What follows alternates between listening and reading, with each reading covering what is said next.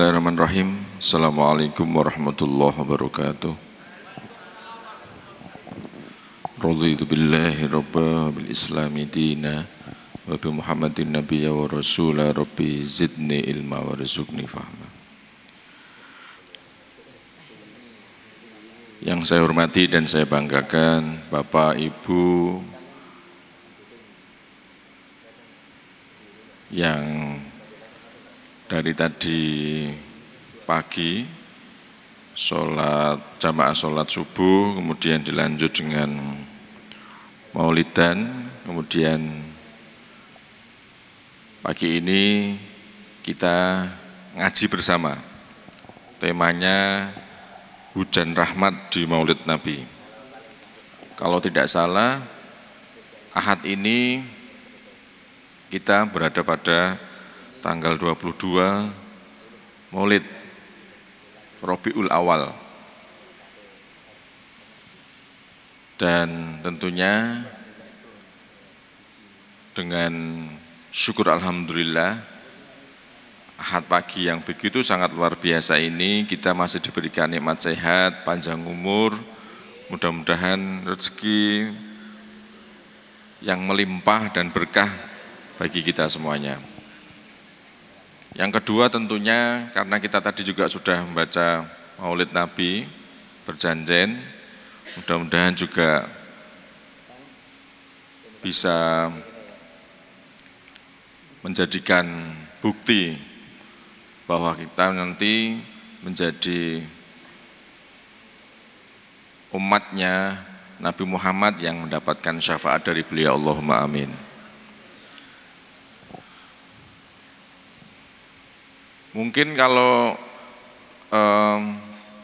dalam 12 hari sudah terlewati ya, hiruk pikuk orang di masjid, di musola atau di masjid taklim mengumandangkan Maulid Nabi, bahkan ada yang memakai alat. Dalam seminggu terakhir mungkin ada masih yang kita dengarkan. Namun demikian, mungkin bagi anak-anak kita, cucu-cucu kita yang notabene mungkin perlu kita berikan informasi bahwa setiap Rabiul Awal, disitulah kemudian seorang yang paling mulia, manusia yang paling mulia di sisi Allah Subhanahu wa taala tentunya ya, telah dilahirkan dan kemudian memberikan rahmat bagi seluruh alam. Dan tentunya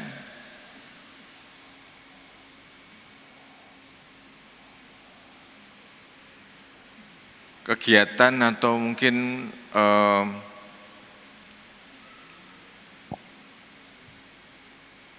memperingati kelahiran seperti ini mungkin pada zamannya Nabi dulu juga sebetulnya tidak ada, tetapi kemudian kita mempunyai sentuhan, kita bersama-sama kemudian bagi Bapak Ibu yang mengikuti pengawasan pada pagi hari ini tentunya nanti juga bisa disampaikan juga kepada anak cucu bahwa memperingati kelahiran Nabi Muhammad itu pastinya memberikan dampak yang sangat luar biasa. Bahkan di Quran surat Al-Anbiya ayat 107 itu disampaikan Allah Subhanahu wa taala, tidaklah kami mengutus engkau Muhammad melainkan untuk menjadi rahmat bagi seluruh alam. Kita lihat seminggu lalu di seluruh atau di beberapa kota di Indonesia ada permasalahan yang menurut saya ketimpangan. Ada orang yang begitu luar biasa kehidupannya, ada yang setengah biasa, ada yang kemudian kekurangan. Tetapi dengan adanya media sosial, informasi ini ternyata menjadi sebuah kecemburuan. Bahkan kemudian menimbulkan suatu permasalahan Ini baru di Indonesia. Kemudian timbul lagi di negara tetangga, ada Nepal juga hal yang sama, Malaysia juga hal yang sama. Kalau kemudian dulu itu Kanjeng Nabi tidak turun, maka brutal. Karena zaman dulu itu, zaman jahiliyah, yang namanya kekerasan, yang namanya penindasan, apalagi kemudian perbudakan, itu menjadi sesuatu kebiasaan, budaya. Tetapi ketika beliau lahir, transformasinya tentang etika, transisi kehidupan yang benar-benar itu bisa menteramkan bagi seluruh alam. Baik itu ada di negeri Arab, baik itu di negeri Asia, ataupun di pulau, ataupun di bagian-bagian negara yang lain. Maka setelah yogyanya memang kemudian kita itu patut, kenapa kita harus memperingati, kenapa kita harus melakukan. Bahkan ketika saya hadir setiap tahun sekali di sini itu, atau ibu-ibu, bapak-bapak yang hampir setiap Ahad pagi itu hadir di sini, tentunya sebelum mendengarkan saling mengingatkan di dalam pengajian, kita selalu mendengarkan dan ikut serta di dalam melantunkan perjanjian atau Maulid Nabi. Nah, apa yang kemudian harus kita lihat dari sosok yang namanya Kanjeng Nabi? Karena akhlaknya yang sangat luar biasa, etikanya yang sangat luar biasa. Bahkan kalau kemudian kita lihat dari tahun ke tahun, dari generasi ke generasi, mungkin bapak kemudian di anaknya itu masih kromo inggil atau basa kromo itu masih oke. Tetapi kemudian ketemu sama cucu yang pertama, generasi setelahnya itu lagi, itu sudah kromo inggil sudah hilang. Karena apa? Bahasa Jawa sekarang itu menjadi bahasa yang paling susah sebetulnya malahan daripada bahasa Inggris. Anak-anak kita, cucu-cucu kita itu malah justru sekarang fasih kemudian dengan bahasa asing dibandingkan dengan bahasa Jawa. Apalagi kemudian kalau melihat Hono Coroko, waduh semeneh kuwi. Babar blas mboten paham.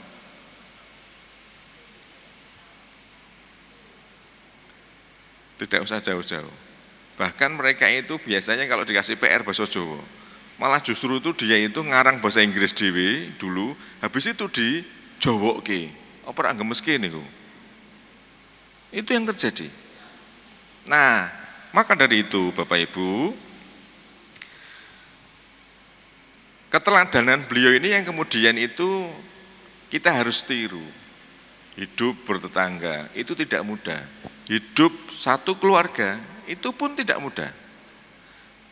Kita semuanya ya punya saudara dalam satu keluarga 4, ada yang 5. Belum tentu semuanya itu rukun. Apalagi itu yang satu ibu, itu yang satu bapak, apalagi yang kemudian dengan tetangga kanan kiri. Punya background sendiri-sendiri. Asalnya juga sendiri-sendiri. Ada yang dari luar Jawa, ada yang dari daerah-daerah yang keras misalnya, itu pasti akan berbeda. Sehingga ketika kemudian ditemukan dalam suatu wadah yang sama, misalnya majelis taklim yang dalam 1 atau 12 hari full mengumandangkan Maulid Nabi berjanjian, maka kalau kemudian itu ada sedikit sentuhan-sentuhan, karena tidak semuanya orang itu bisa berbahasa Arab. Sedikit sentuhan-sentuhan yang kemudian bisa difahami oleh Bapak Ibu, menurut saya itu lebih oke. Lebih oke-nya apa? Kita bisa niru, oh Kanjeng Nabi itu akhlaknya seperti ini. Bagaimana beliau itu menghormati para sahabatnya, para tetangganya, kemudian kepada anak istrinya. Semuanya itu dijabarkan di dalam perjanjian. Kemudian filosofinya apa? Filosofi Maulid Nabi itu menumbuhkan cinta dan semangat meneladani akhlak yang tadi sudah saya sampaikan.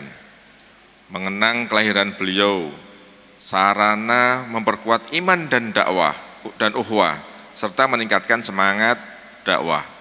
Jadi ketika kita itu meneladani beliau, pasti rasa percaya kita, namanya iman itu kan percaya, rasa percaya kita terhadap siapa? Tentunya yang pertama Allah Subhanahu wa taala.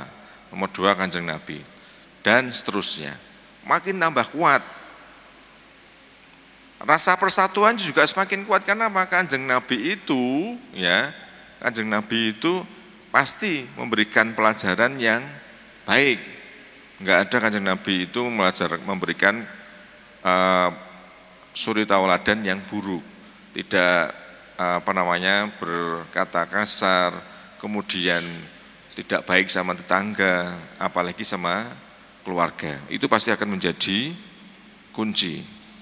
Nah, diprakarsai oleh Salahuddin Al-Ayyubi, bagaimana untuk membangkitkan semangat umat, Maulid ini kemudian dipandang sebagai kewajiban ibadah. Bukan sebagai kewajiban ibadah, tetapi sebagai momentum, syiar, dan refleksi spiritual yang mempererat persaudaraan dan keimanan di dunia keislaman. Saya ulangi ya, bukan sebagai kewajiban ibadah. Nanti jangan sampai kemudian nanti dipelintir. Tetapi sebagai momentum syiar dan refleksi spiritual untuk mempererat persaudaraan dan keimanan. Sekarang ini mencari saudara yang satu visi, yang satu misi, kemudian saling membantu, susah Bapak Ibu.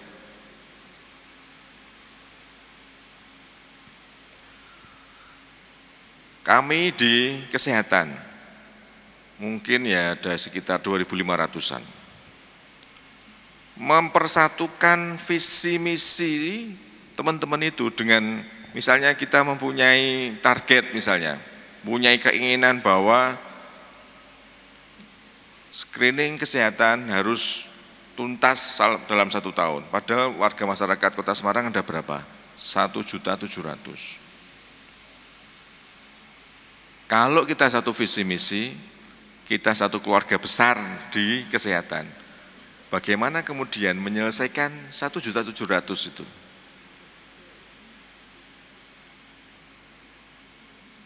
Sekarang ini baru keliling ke sekolahan-sekolahan. Tidak semuanya sekolahan itu mengizinkan, ada orang tuanya yang menolak anaknya itu dilakukan screening misalnya. Padahal sebetulnya screening kesehatan pastinya adalah memberikan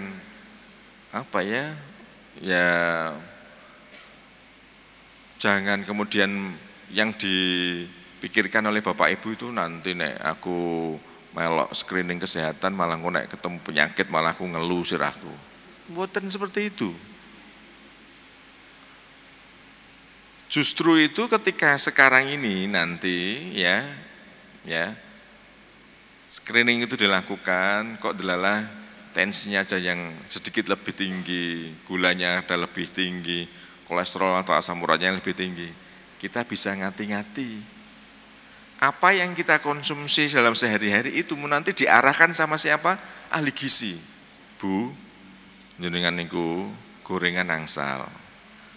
Tapi, tapi nih. Panjenengan boleh dahar duren misalnya. Ora kita mbok sak pungge napa rong pungge. Kan boleh. Aja sak bunter niku. Jenengan telas ki ya, Mbak. Niku mboten bareng. Pasti itu akan membuat apa? Kolesterolnya akan menjadi naik. Nah, disitulah kemudian mumpung ya, kalau medical check up itu, medical check up di tempat luar atau sebelum ada kegiatan ini mungkin bisa sekitar 300-500 ribu. Alhamdulillah sekarang setiap tahun insya Allah nanti gratis. Jadi ini yang sampun berarti nanti screening lagi tahun depan. Gratis malah Bu. Gratis malih. Setahun sekali. Di mana? Puskesmas. Puskesmas di Sora Semarang ini sudah ada 39, nanti akan tambah 1 di Kaligawe.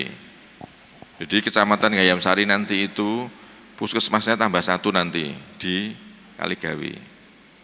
Ini baru melengkapi isi alat-alat kesehatannya kita isi, insya Allah mudah-mudahan di akhir tahun Puskesmas Kaligawe nanti kita buka.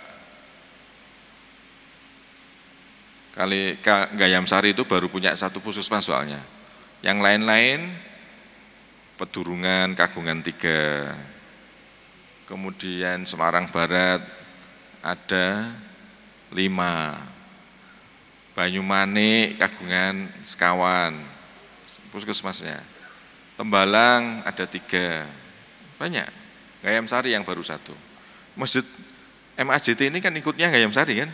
Nah, nanti tambah 1 di Kaligawe.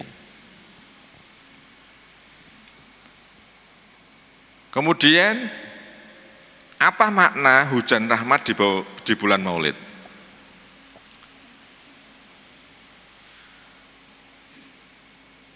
Di Mukadimah tadi sudah saya sampaikan bahwa sebelum Kanjeng Nabi itu dilahirkan, dunia gelap. Ada yang sekarang bilang Indonesia gelap itu karena menganggap golek kerjaan angel.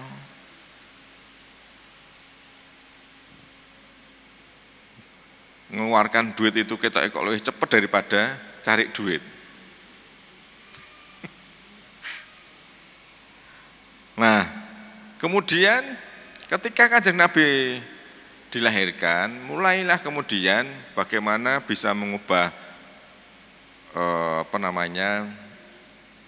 keesaan. Begitu Kanjeng Nabi hadir, masyarakat di kota Mekah itu kemudian diperlihatkan bahwa tidak ada di dunia ini, waktu itu ya di Mekah ya, di tanah Arab, yang lebih berkuasa selain Allah Subhanahu wa Ta'ala. Sambil kemudian noto etika, karena memang tujuannya di situ, noto etika. Nah, di surat Ibrahim ayat 1 itu disampaikan bahwa supaya engkau mengeluarkan manusia dari kegelapan kepada cahaya terang benderang dengan izin Tuhan mereka menuju jalan Allah yang Maha Perkasa lagi Maha Terpuji. Jadi benar-benar kalau dulu itu gelapnya adalah kekerasan di mana-mana. Orang musyrik, ya karena waktu itu belum tahu ya, batu disembah, berhala disembah, api disembah. Begitu Kanjeng Nabi lahir, kemudian mulailah kemudian transformasi itu terjadi. Sampai kemudian akhlakul karimah itu juga lama-lama atau hari-hari itu juga mulai toto dengan baik oleh Kanjeng Nabi. Nah, makna hujan rahmat di bulan Maulid itu yang pertama dari pencerahan spiritual. Jadi hati ini ditoto spiritualnya. Dari yang mulai gelap menjadi terang. Terangnya bagaimana? Ya tadi dikenalkan sama Tuhan, dikenalkan sama Allah Subhanahu wa Ta'ala. Yang memberikan rizki, yang memberikan kita itu hidup, kemudian yang kita bisa menghirup udara dan lain sebagainya, mendapatkan rizki semuanya dari Allah Subhanahu wa Ta'ala. Yang kedua adalah persaudaraan. Rasulullah itu menekankan ukhuwah Islamiyah dan ukhuwah Insaniyah. Tali persaudaraan itu lebih penting daripada bercerai-berai. Orang yang bersatu itu pasti akan lebih kuat di dalam menciptakan sebuah target. Ibu-ibu nih, bapak-bapak kumpul. Ya, kita kumpul setiap Ahad kita mengikuti pengajian. Setelah kumpul kemudian membuat persatuan. Misalnya ada di daerahnya salah satu dari jamaah yang ikut pengajian pada pagi hari ini misalnya belum ada musola, misal. Dengan persatuan yang ada, ya kan, didasari kemudian keimanan ya yang tinggi. Ayo kita urunan, mau berapa? Monggo, terserah, saikhlasi. Alhamdulillah, dalam 1 tahun dikumpulkan ternyata bisa membangun musola. Yang kemudian bisa dimanfaatkan oleh warga yang ada di situ. Tidak perlu harus jauh-jauh. Masjid ada tapi harus jalan 1 kilo misalnya. Wong sing omahe pinggir masjid kadang-kadang yo ora krungu adzan no. Apa meneh sekilo tambah niku. Nah, ini juga menjadi sesuatu yang kita semuanya harus kita perhatikan. Persaudaraan itu menjadi kunci yang kuat. Kalau kita itu merasa kita itu saudara, pasti kalau kita butuh bantuan, kita mengalami suatu musibah itu pasti akan banyak yang membantu. Kemudian yang ketiga adalah keadilan. Beliau juga membawa prinsip keadilan sosial. Mendorong kepedulian terhadap fakir miskin, kaum lemah, kemudian pembelian hak-hak masyarakat agar tercipta harmoni dalam kehidupan bersama. Dulu waktu pandemi COVID-19, ada yang namanya apa Bu? Pak? Lumbung pangan. Sak kampung ada yang kena COVID, 14 hari harus di karantina. Lumbung pangannya keluar, yang punya tempe, yo maringi tempe, yang punya nasi, ngaturi nasi, yang punya telur, ngasih telur, lumbung pangan jalan. Nah sekarang, apakah kemudian tidak bisa kita jalankan lagi? Pasti bisa Bapak Ibu. Misalnya yang kampungnya Delala, ada warga yang habis kena PHK, Delala kok anaknya 2 masih kecil-kecil, lumbung pangannya bisa jalan lagi. Delala ada yang anaknya yang balitanya ada yang stunting, gizi kurang, nanti juga bisa dibantu dari lumbung pangan. Kalau ini bisa jalan, insya Allah, ya, insya Allah itu pasti akan memberikan kesejahteraan untuk semuanya. Jadi kalau dalam satu kampung, dasawisma, dalam satu RT, warganya sehat semuanya, bisa nyambut gawe, pasti akan sejahtera. Tapi ada dalam satu RT, dalam satu kampung, delalah ada yang sakit misalnya, 1 saja TBC, kira-kira nanti bisa nyebar mboten Bu? Sakit. Tapi tidak boleh kemudian dibuat stigma. Rasa cedak-cedak wih TBC, mboten ngoten. Support. Mas, jenengan nek medal wajib pakai masker sing TBC misalnya. Kasih support saben hari mereka kan DD, ora apa-apa DD matahari.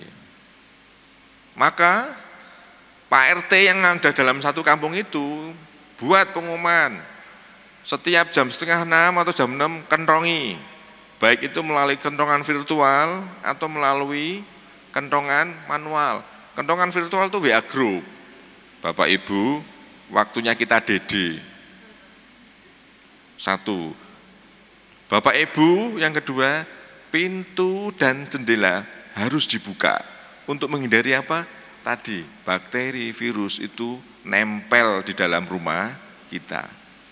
Bu, Pak, orang itu kena batuk pilek, orang itu kena infeksi paru-paru yang disebabkan karena TBC atau bakteri yang lain. Perkorone gampang. Di dalam rumahnya itu, suhu dan kelembapannya itu memungkinkan untuk bakteri dan virus itu untuk bertumbuh dan berkembang. Inilah yang kemudian menciptakan apa? Kenapa orang kok yang di daerah situ tuh kok sing watuk pilek kok saben minggu ono we misale. Karena apa?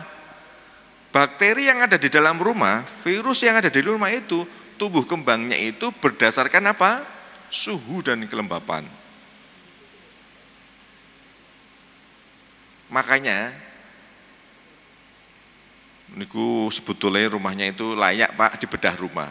Saat ini belum bisa, ya paling ora dicicil sik gendeng kaca. Matahari ini penso mlebu. Jadi sinar matahari itu walaupun kalau kita keluar itu panas, tapi sebetulnya itu dibutuhkan ketika di dalam rumah. Bu, jangan menyepelekan sinar matahari, Bu. Kalau jam segini itu dia pasti akan bisa membuat vitamin D.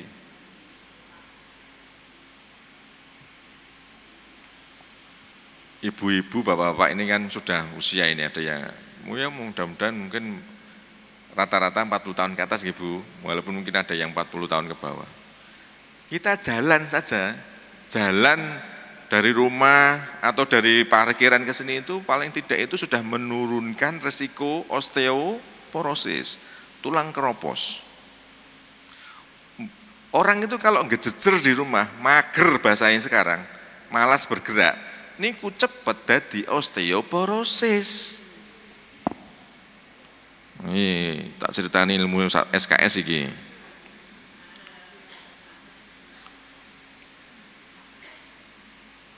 Ada yang mengeluh, Pak Dokter, lutut saya sakit, saya nggak bisa jalan. Kalau tidak bisa jalan, paling tidak lututnya yang harus digerakkan. Panjenengan pinara, habis itu kayak naik sepeda. Kalau tidak punya sepeda, statis di rumah.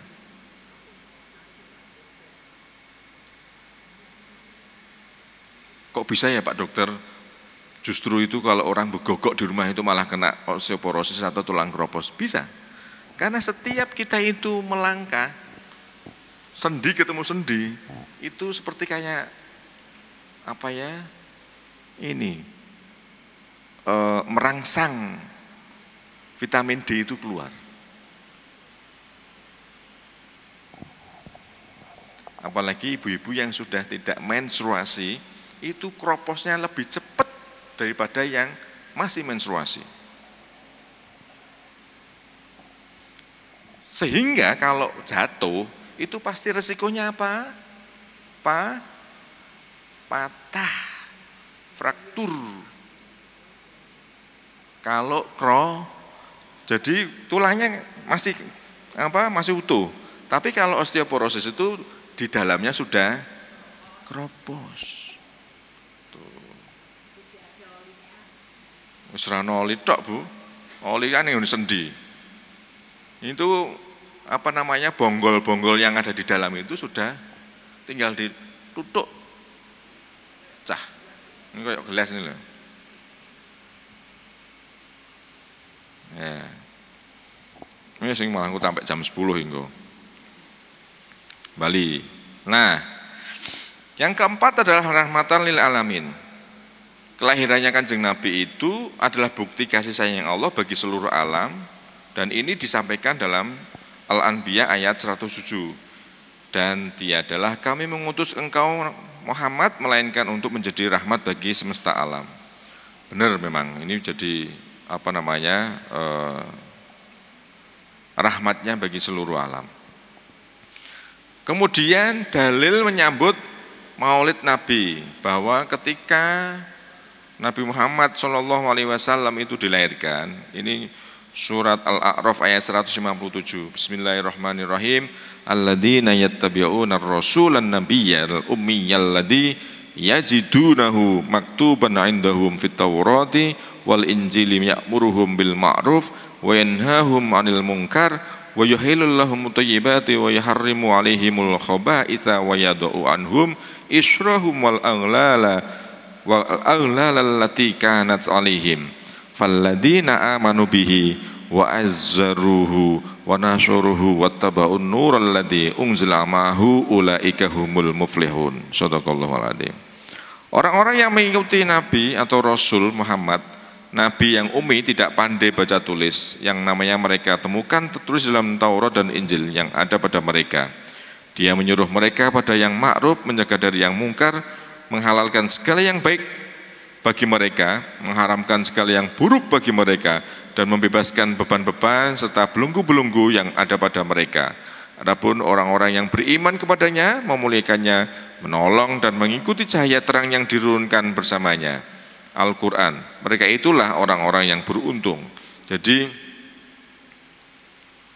di dalam Al-Quran itu sangat banyak sekali ayat-ayat yang menjadi bukti bahwa lahirnya Kanjeng Nabi itu memang memberikan keberkahan, memberikan manfaat yang begitu sangat luar biasa untuk alam semestanya. Nah, bagaimana kemudian keutamaan Maulid Nabi itu? Yang pertama, sebagai ungkapan cintaan kepada Nabi Muhammad SAW. Ini disampaikan dalam surat Yunus 58. Kul bifadlillahi wa birahmatihi fabidzalika falyafrahu wa khairum mimma yajma'un.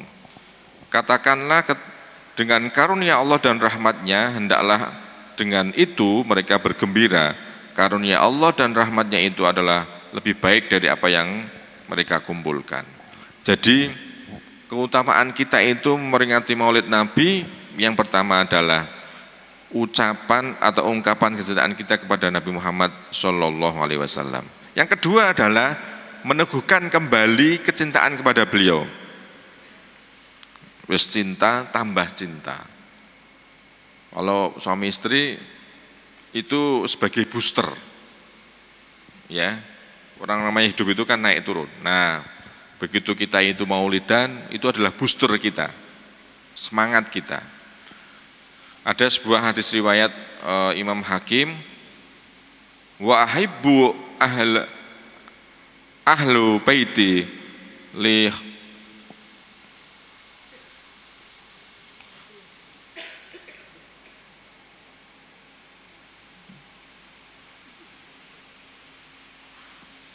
saya baca ini aja, apa namanya, ini artinya saja daripada saya salah ini. Dan cintailah ahli baitku karena kecintaan kepadaku. Jadi kecintaan pada Nabi itu harus berada di atas segalanya, bahkan melebihi kecintaan kita kepada istri, anak, ataupun diri kita sendiri. Mudah-mudahan karena memang ada beberapa cerita ya di dalam sebuah riwayat itu, ada seorang badui ya yang hanya bisa ya hayu ya qayyum itu, ya kan? Itu saja, dengan seperti itu saja dia bisa masuk surga. Karena apa? Bentuk cintanya kepada Kanjeng Nabi, walaupun belum pernah ketemu. Yang ketiga adalah mendapatkan rahmat Allah Subhanahu wa taala. Mendapat rahmat Allah itu berupa taman surga dan dibangkitkan bersama-sama golongan orang yang jujur, orang yang mati syahid, dan orang yang soleh. Ini Imam Ibnu Al-Hajj berkata bahwa tidaklah suatu rumah atau tempat yang di dalamnya dibacakan Maulid Nabi kecuali malaikat mengelilingi penghuni tempat tersebut dan Allah memberi mereka limpahan rahmat dan keridhoannya. Hari ini Ahad pagi, setiap Ahad pagi ada Maulid Nabi, malaikat keliling memberikan rahmatnya Allah. Rahmat itu kasih sayang, Bu. Jadi ketika kita sudah diberikan kasih sayang Allah Subhanahu wa taala, mudah-mudahan apa yang menjadi cita-cita kita, menjadi keinginan kita, mudah-mudahan dikabulkan oleh Allah Subhanahu wa taala. Sedangkan Sayyidina Abu Bakar berkata, barang siapa yang membelanjakan 1 dirham, ya waktu itu ya, untuk keperluan mengadakan pembacaan Maulid Nabi, maka ia akan menjadi temanku di surga.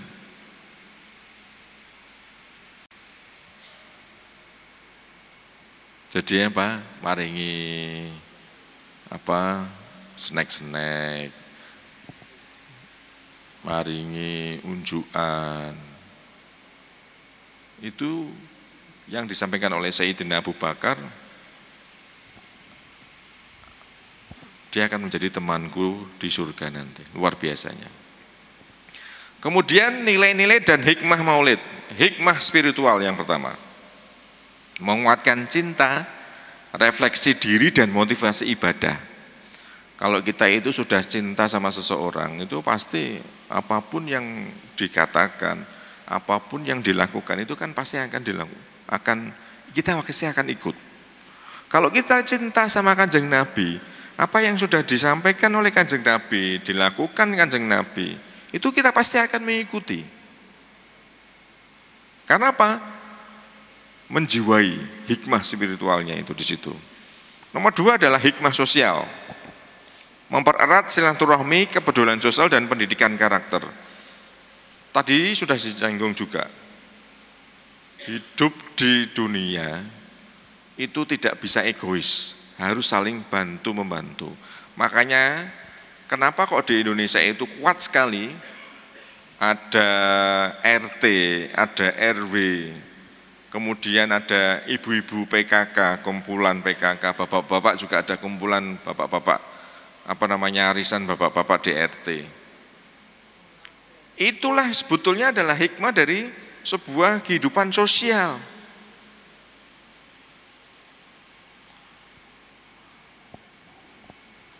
Kita sakit, tetangga kita pasti akan tengok. Kita punya hajatan, anak kita misalnya akan nikah, orang-orang pasti akan. Walaupun misalnya orang undangan itu loh, itu pasti geledak-geledik, kayak mbak, kayak anaknya harap mantu, mesti. Tetangga itu pasti nanti akan hadir. Nah, yang ketiga adalah hikmah budaya, pelestarian kearifan lokal dan dakwah kreatif. Yang namanya perayaan maulid itu di berbagai daerah sering dipadukan dengan kesenian tradisional, ada hadroh, marawis, qosidah, hingga gending, sekatenan. Semuanya bisa dinikmati itu. Suaranya bagus, indah didengerin. Kemudian tabuhannya juga koordinasinya bagus, iramanya bisa dinikmati. Itu akan semakin menambah apa? Menambah kita itu akan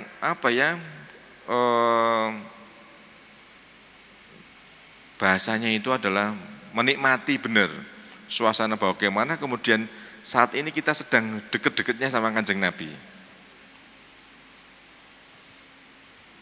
Dibacakan, yang artinya kurang lebih adalah semua kisahnya Kanjeng Nabi, ya kan? Sampai kemudian kalau kisahnya itu mengharukan, kita berbesmili. Lantunan ceritanya itu, ibaratnya itu kalau zaman sekarang itu sampai membuat orang itu jadi termehek-mehek, Bapak Ibu. Ketambahan, sing nabuh iki ora asal nabuh dang tapi memang berirama, itu pasti akan kena banget. Karena apa? Kita itu punya hati. Kita punya hati. Nah, kemudian bentuk syukur di bulan Ramadan itu yang harus kita lakukan adalah satu, menghidupkan sholawatan, meneladani akhlaknya Kanjeng Nabi, menuntut ilmu dan menyebarkan dakwah. Yang keempat adalah berbagi dan bersedekah sebagai wujud kepedulian sosial. Ini adalah bentuk nyata yang tadi teori, sekarang kemudian kita buktikan. Baca sholawat, tidak harus ahad tok di rumah, habis subuh sambil jalan sholawat, Allahumma sholli ala sayyidina Muhammad. Saya itu sekarang kalau pagi dari rumah ke kantor jalan kurang lebih 20 menit sambil sholawatan, lewati jalan, lewati traffic light, jam 6 sudah keluar dari rumah, jalan. Karena di tempat kita itu minimal 6.000 langkah, Bu, Pak. Setiap hari teman-teman saya itu saya suruh untuk jalan 6.000 langkah. Caranya ngitung pripun, Pak Dokter? Handphone tinggal diselehkan ning ngene saku, ngitung dhewe. Sedina iki untuk pirang langkah. Ora mboten dihitung anggem niku. Wis mak regedeg ki mau piro meneh lali balik meneh. Enggak, ini di sini ada aplikasi. Setiap handphone ada aplikasinya yang bisa menghitung kira-kira sehari itu kita sudah melangkahkan kaki kita berapa.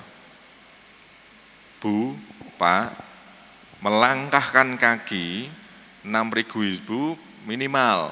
Supaya apa? Kaki kita tadi tidak bikin osteoporosis atau kropos. Kadar gula darah kita itu juga bisa turun. Tensi kita itu juga bisa turun. Kalau itu sudah bisa turun, berat badan pasti juga ikut turun, yang seger-seger kayak Pak Dokter ini. Berat badan saya itu kalau saya enggak jalan Bu, bisa 100 lebih nih. Jalan. Kemudian sekarang pola makannya harus diatur. Ya. Bukan masalah nasinya yang banyak lagi ya. Tidak hanya itu saja. Kalau sudah usia 35 tahun ke atas itu konsumsi karbohidratnya harus dibatasi. Karbohidrat itu bukan sekul tok Bu. Roti sekarang ini musuh kita. Nggih. Mie niku nggih karbohidrat. Tapi yang paling karbohidratnya yang paling banyak kandungan gulanya adalah dari roti. Tetap makan nasi sedikit enggak apa-apa. Ya, sayuran, Ibu. Gorengan angsal, maksimal sedino telu. Ora telu sak dodokan. Saya ulangi, gorengan angsal, sedinten maksimal pinten Bu, Pak? 3. Mboten sekali dodokan 3, sedinten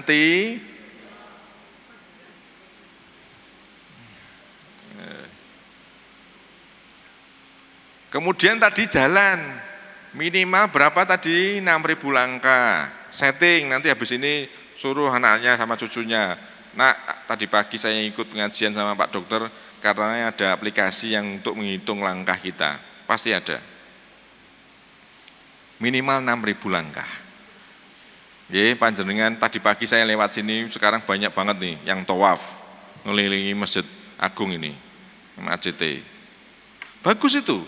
Itu sudah menjadi gaya hidup. Ya Bu, panjenengan angsal. Setiap kali pengaosan ngasto motor nek saged parkire sing adoh. Ojo malah parkir malah sing cedhak, sing adoh Bu, Pak.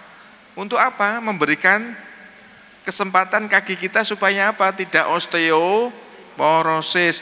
Pokoknya engko sing iling-iling to Bu, pengajian Maulid Nabi niki kalih osteoporosis. Berarti ya dengan kedah jalan.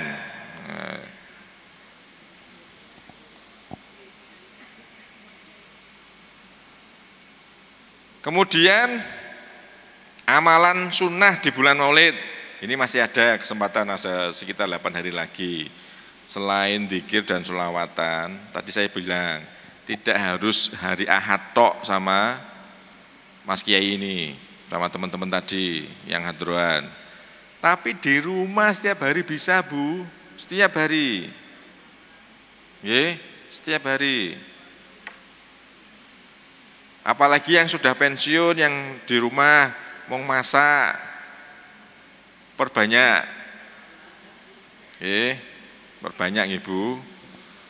Nomor kali pembacaan kitab rawi, artinya deres yang sudah diajarkan. Ibu-ibu ini sering ngaos, derek pengaosan, bapak-bapak nggih sami. Mudah-mudahan apa yang dicatat itu dibaca lagi. Seperti apa? Berbagi makanan dan sedekah. Niki saya Bu, sak mampune, nggih.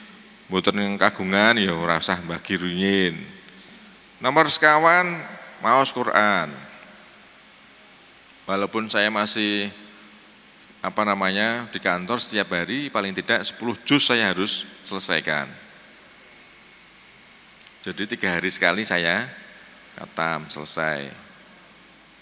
Panjenengan juga sama Bu. Harus. Di sela-sela kita kerja, mari kemudian kita harus tetap deres. Tuh. Saya itu kalau dulu ingat tuh ya, waktu di pesantren. Fatihah saja itu saya seminggu baru lulus Bu. Fatihah itu. Kemudian itu At-Tahiyat itu 1 bulan saya baru diluluskan sama Pak Kiai Muhyiddin itu.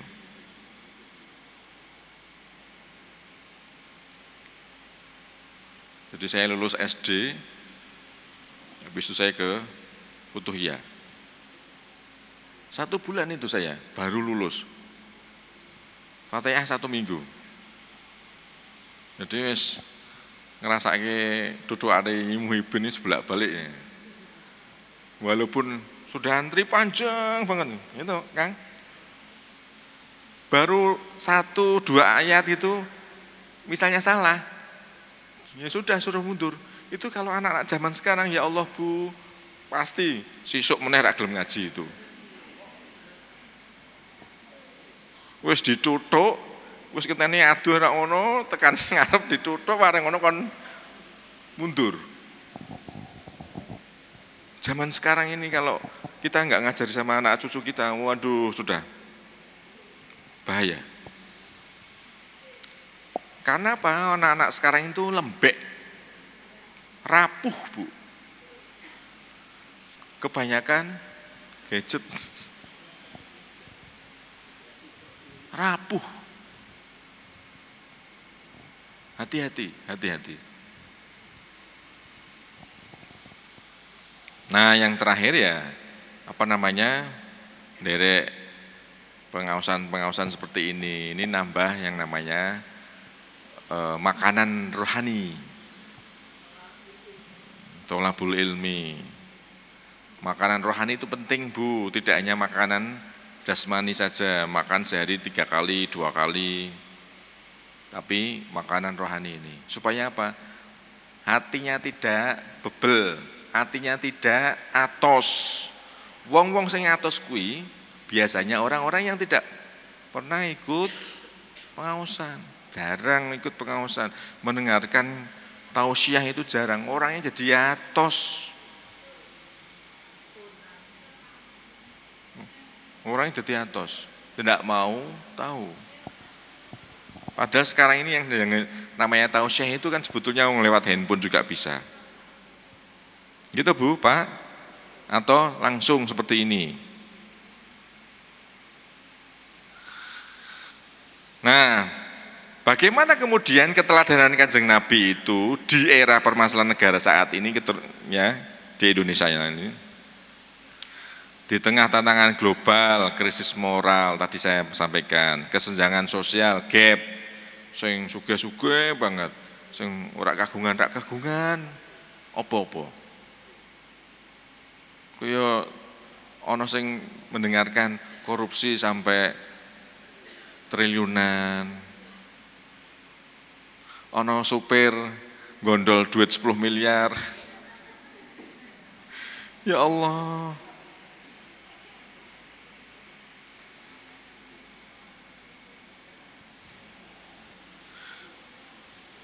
Pripun nek ngrasake. Hingga menurutnya kepercayaan masyarakat terhadap pimpinan pasti trustnya akan beda.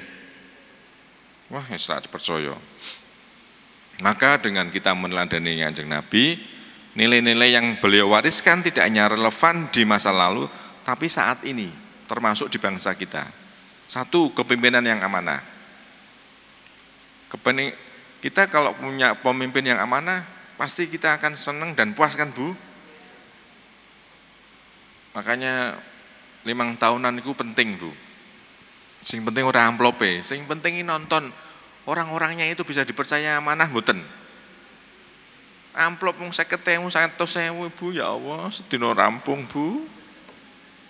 Uripe kita itu 5 tahun Bu. Kalah sama duit 100.000.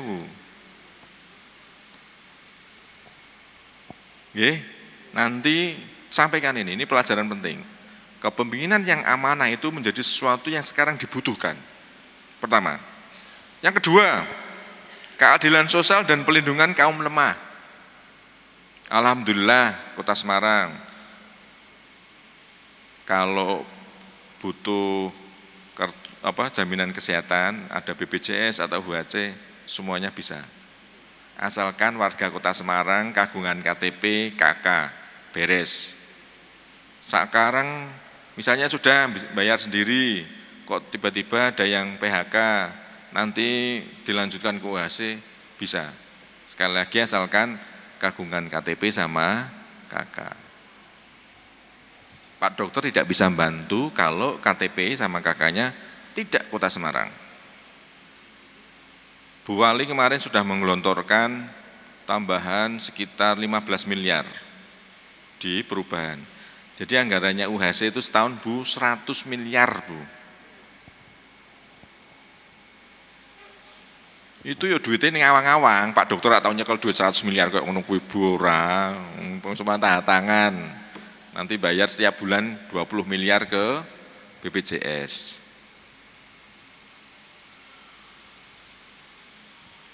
Ada sekarang dana RT 25 juta.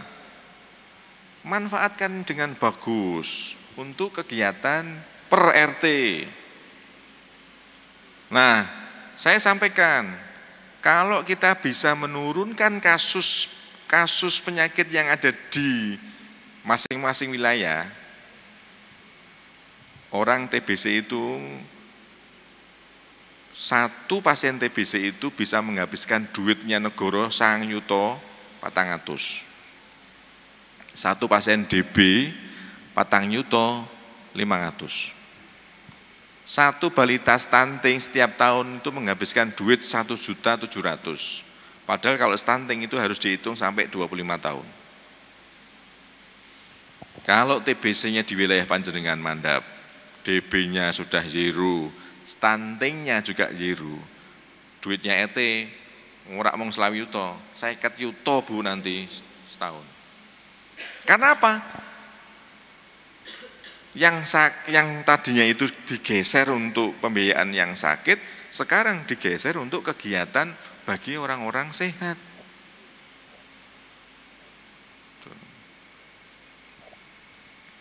Kemudian masih ada bantuan juga untuk yang RTLH, ada sekitar 20.000 atau berapa ya yang untuk rumah tidak layak. Dinsos juga sama, itu yang rumah tidak layak juga difasilitasi oleh Dinas Perumahan. Yang ketiga, musyawarah dalam menyelesaikan masalah. Tidak ada ya semua mau kita dalam satu keluarga, dalam satu rumah, satu ayah, satu ibu, itu aja permasalahannya banyak. Apalagi kemudian di RT, naik lagi di RW, naik lagi sampai di kota kabupaten, di provinsi sampai di pusat. Semuanya harus didiskusikan.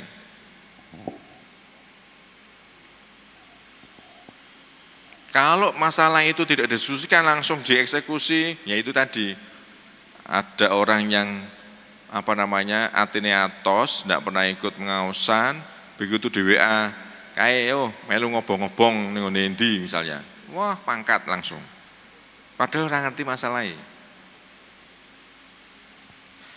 Yang keempat adalah mengutamakan akhlak dan etika. Kerja dimanapun, nomor satu adalah akhlak. Mau sepintar apapun, misalnya ya daftar ngelamar di Dinas Kesehatan, pasti yang saya lihat pertama adalah tetap etikanya. Mau sepintar apapun, orangnya tidak egois, bisa kerjasama, itu pasti kita akan pilih. Yang terakhir adalah kepedulian pada persatuan umat. Pasti kepengennya bersatu, bersaudara, tidak tercerai-berai. Walaupun berasal dari orang tua yang berbeda, berasal dari daerah atau kampung yang berbeda, ya. Tetapi kemudian kita disatukan dalam visi misi. Kalau di Indonesia ya Pancasila, Undang-Undang Dasar. Panutan kita juga sama, Kanjeng Nabi Muhammad SAW. Maka keteladanan Nabi dalam menghadapi permasalahan ekonomi di Indonesia saat ini adalah yang pertama adalah jujur dan integritas. Nyari orang jujur sekarang susah. Yang kedua, adil dalam distribusi kekayaan. Artinya berarti kalau seperti itu apa? Zakat. Nomor 2, zakat. Jadi keteladanan, kalau tadi itu kita berbicara keteladanan dari sisi permasalahan negara saat ini, tapi kalau yang saat ini, ya berikutnya ini adalah dari sisi ekonomi. Jujur dan integritas. 2, keadilan di dalam melakukan distribusi kekayaannya. Dengan cara apa? Zakat tadi. Saya punya pendapatan sekian, zakat. Ibu punya pendapatan sekian, tarik zakatnya 10%, 20% untuk zakat. Yang ketiga adalah larangan riba dan eksploitasi. Kanjeng Nabi dengan tegas melarang praktek riba karena merugikan pihak lemah dan memperkaya pihak yang kuat. Zaman sekarang kalau tidak riba tidak ada, tapi pastinya negara itu harus hadir di sana.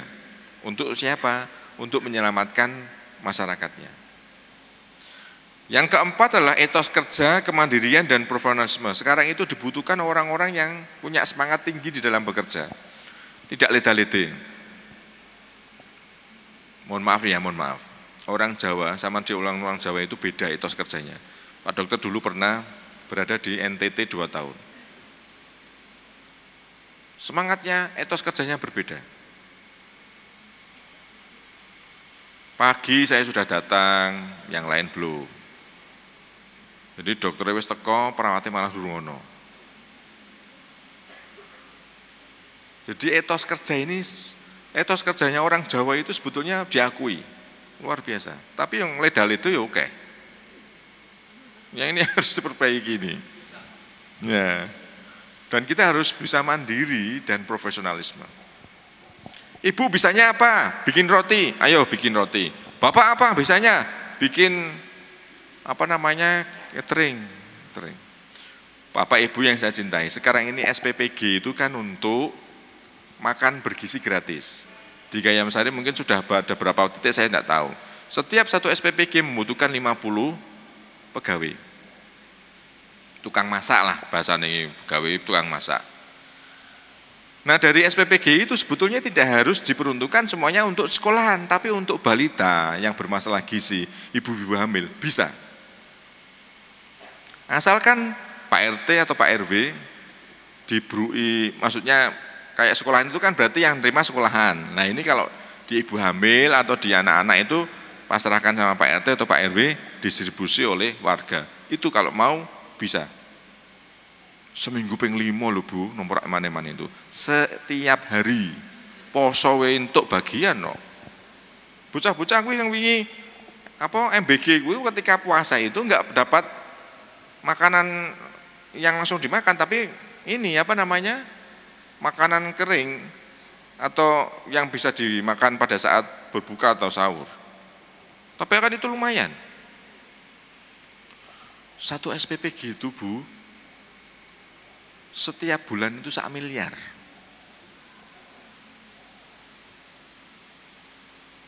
Bayangkan setiap hari dia bikin makanan itu 3.000 sampai 4.000.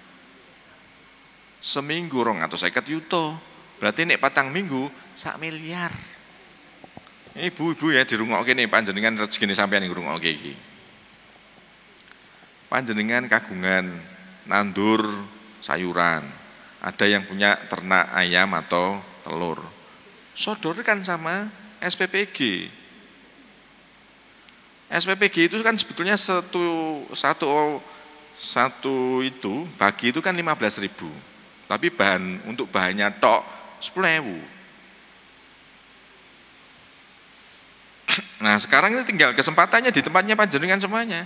Panjenengan ternak ayam, ternak telur, Soalnya yang paling banyak dikonsumsi di SPBG itu adalah telur, ayam. Nek iwak larang. Lele paling banter. Sayuran. Nah, silakan panjenengan bisa ngedropi di situ.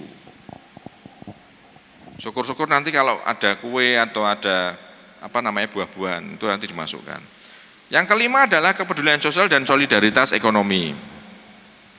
Kanjeng Nabi itu waktu itu bersama dengan masyarakat Madinah dengan semangat kebersamaan, gotong royong dan saling membantu dalam hal ekonomi. Beliau mempersaudarakan kaum muhajirin atau pendatang dan ansor penduduk asli agar tidak ada yang terlantar secara ekonomi. Jadi dua-duanya itu dirangkul, kemudian disatukan persepsi oleh Kanjeng Nabi supaya apa? Hidup rukun antara ansor sama muhajirin yang dibawa oleh Kanjeng Nabi pada saat hijrah ke Madinah. Jadi Bapak Ibu, saya tutup bahwa keteladanan dari Kanjeng Nabi itu sampai nanti di akhir kiamat itu pasti bisa kita lakukan, kita bisa teladani. Wong kita berbicara ekonomi saja, bermasalah ekonomi, Kanjeng Nabi sudah kasih contoh. Kalau kita ngomongin global tadi, tidak hanya ekonomi, Kanjeng Nabi juga sudah kasih contoh. Sehingga kalau kemudian kita tidak pernah belajar, tidak pernah membaca, apalagi mendengarkan ya tausiah dari para masyayikh misalnya, maka kita tidak bakal punya contoh yang nanti akan kita bisa ceritakan kepada anak cucu kita.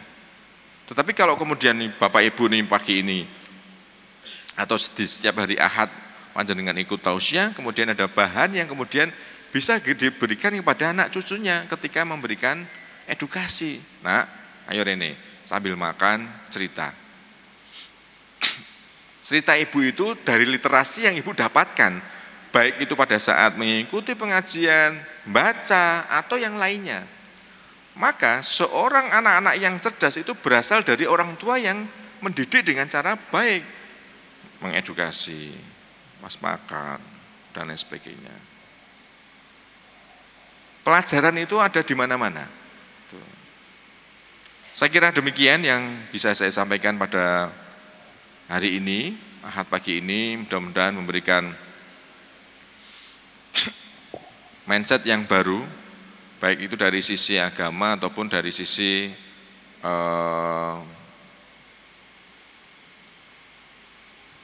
fisiknya panjenengan. Karena tadi juga saya selingi dengan hal-hal yang berkaitan dengan baik rohani ataupun jasmani. Dan mudah-mudahan nanti bisa menginspirasi, bisa disampaikan sama orang-orang yang ada di rumah menjadi pencerahan bagi Bapak atau Ibu. Kalau ada salah kata, mohon maaf. Mari kita akhiri dengan membaca wal asri bersama-sama. Bismillahirrahmanirrahim. Wal asri innal insana lafi husrin illal ladzina amanu wa amilus solihati wa tawassaw bil haqqi wa tawassaw bis sabr. Walhamdulillahirabbil alamin. Billahi taufiq wal hidayah. Wal afu minkum. Assalamualaikum warahmatullahi wabarakatuh.